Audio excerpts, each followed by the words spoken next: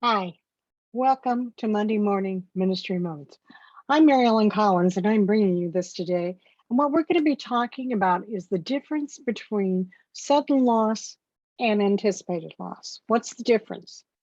The mother loss is not just mother loss. While the loss itself binds us all together with that commonality, there are differences.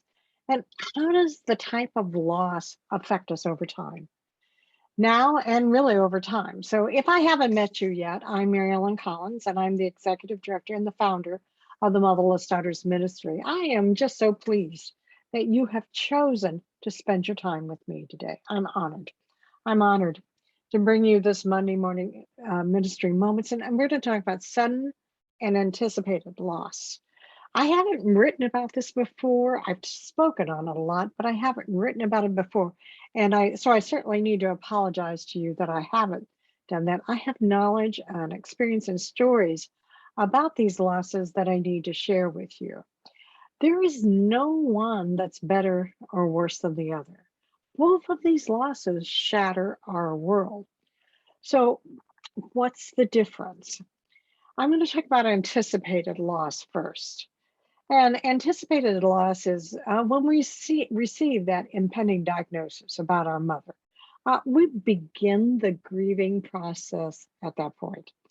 Even though cancer has become almost a chronic disease at this point, many times when we hear that word cancer, we begin that grief process because for many people, that spells death.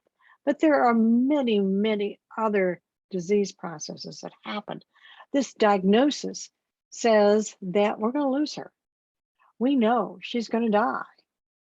And this is when we start grieving because we start feeling this. We may reject it at first, but we come to this recognition. We don't know how or when, but we're faced with the death sentence, and we have this knowledge. We will lose our mother. We cope, we cry, we pray. We try to imagine life without her. We begin to plan the absence. We realize that she's not going to be there she's not going to be present for birthdays, holidays, Mother's Day, Christmas, weddings, births, graduations. She will not be there to be your support or to be your rock. We think about how her loss will affect others. If we have children, how will it affect them? If we have a living parent, a living father, how will the loss affect him? We try to negotiate with doctors. Are you sure? Is there more tests that we can do? What else can we do? We may look to get a second opinion because we just don't believe that this is going to happen. We may even try to negotiate with God. We may say, God, if only I will do this if you do this. And we work with that negotiation. And that doesn't work. But in the end, the loss simply brings us to our knees. And the grieving process has settled on us like a heavy coat of fog. In the Motherless Daughters Ministry, we have walked with hundreds of women who have shared this type of loss, with anticipated loss. Emotions range all over the place from despair and depression, and there is relief and guilt also if that relationship has not been a good relationship. So now I want to shift gears and I want to talk about sudden loss. First, I want to talk about what is the same with sudden loss as it is with anticipated loss. What are the things that are similar? Well, with sudden loss, we realize that she's not going to be present for birthdays, holidays, Mother's Day, Christmas, weddings, births, graduations. She's not going to be there to be your support. And we think about how her loss will affect others. But in the end, the loss still brings us to our knees. Now, here's what's different about mother loss. Remember, anticipated loss we talked about, and all the things that we planned and we negotiated. Well, with sudden loss, all those things I just wrote about, all the things I just spoke about, we don't get to do. We we don't know that she's going to die. There's no facing the knowledge of impending loss. That's not even part of our thinking process. There's no trying to imagine life without her. It's not been part of us. There's no planning. There's no negotiation. She was in your life and boom, she's gone. The loss may be sudden and it may be tragic. It could be a fatal auto accident. It could be an undiagnosed medical condition that suddenly takes her life, like an aneurysm or a fatal heart attack. It could be suicide. In the Motherless Daughters Ministry, we have walked with women with all these kinds of sudden losses. What happens when sudden loss is we have to put our grief on hold. There's no time to grieve now because we're faced with all this ritualistic finalities of death. There are telling others, funeral home arrangements, memorial services, cemeteries.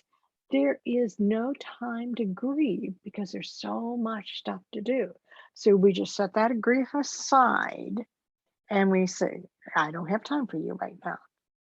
For anticipated loss, you begin the grieving process when you know of the impending diagnosis. With sudden loss, it's not until later that the waves of grief paralyze you. And the grief comes in bits and spurts.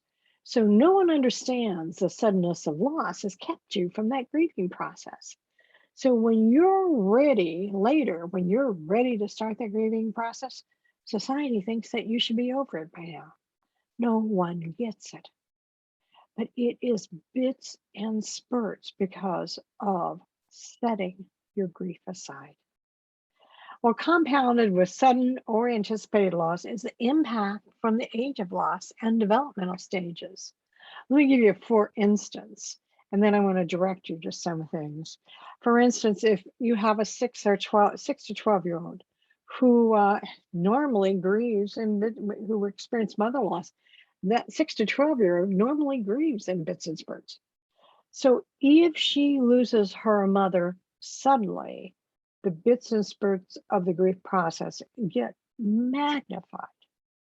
Now, if you want to know more about this age of loss, you can go to the website because all of the information on the different ages and stages of loss and emotional development are there, or you go to the Nurturing Words podcast, and there's several podcasts on ages and stages of loss. But it doesn't make any difference to the age. Loss is difficult. But when you layer on sudden loss, what you find, the effect of the loss returns over and over and over again. Now, what I haven't mentioned in this article or in this forum for you is non-death loss.